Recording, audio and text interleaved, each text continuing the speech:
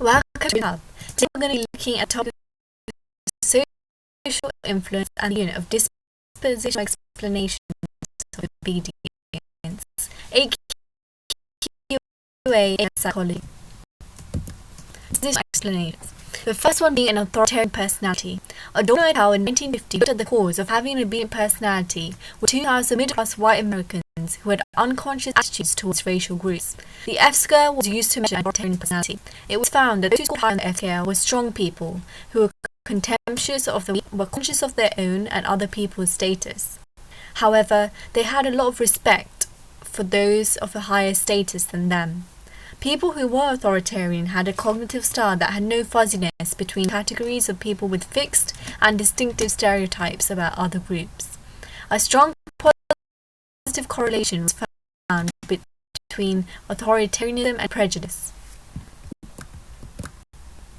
Authoritarian characteristics according to Adorno et al. 1950. If you have an authoritarian personality, you are more obedient towards authority. For example, you respect authority more. Those who have a higher sort of social status than you, you're more respectful towards them.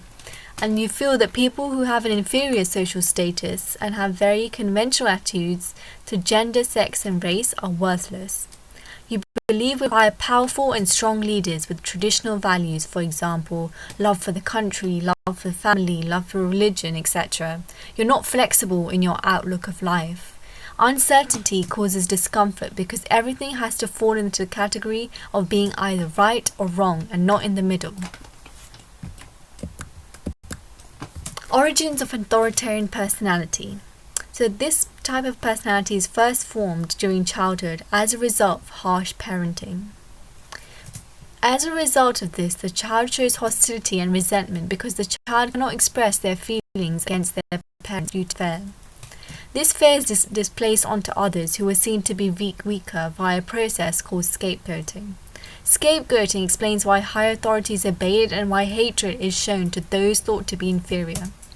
When I say harsh parenting, I mean sort of showing conditional love. An example of this being that, parents will only love you if you sort of score well in your tests at school, or if you carry out certain acts that meet their expectations. That's what an example of harsh parenting is. Evaluation. A strength is that there is research support for the F-scale because Milgram conducted interviews with a small sample of very obedient participants and they scored very highly on the F-scale, increasing the validity of the F-scale. Another strength is that there's real-world applications because it teaches parents not to be extremely harsh with their children while they're growing up because this results in them expressing their frustration on those who are inferior to them. This increases mundane realism. However, a weakness is that there's methodological problems because Greenstein in 1969 found that every item on the F-scale has been worded in the same direction, so you can get a high score for authoritarianism by literally ticking boxes, which reduces its validity. Another weakness is that there is a limited explanation because the explanation of obedience when it comes to our individual personalities will be difficult to explain obedient behavior across the globe. Thus, other explanations like social identity may be more generalizable when explaining obedience. In our next video, we will look at resistance to social influence. But before then, make sure you make your notes on what we've covered so far. Remember to revise, rest, test and repeat yourself. Don't forget to follow us on Instagram. Thank you to Canva because I made these slides using their templates. Don't forget to like, subscribe, comment, press the bell icon on our channel, Revision Hub. Thank you so much.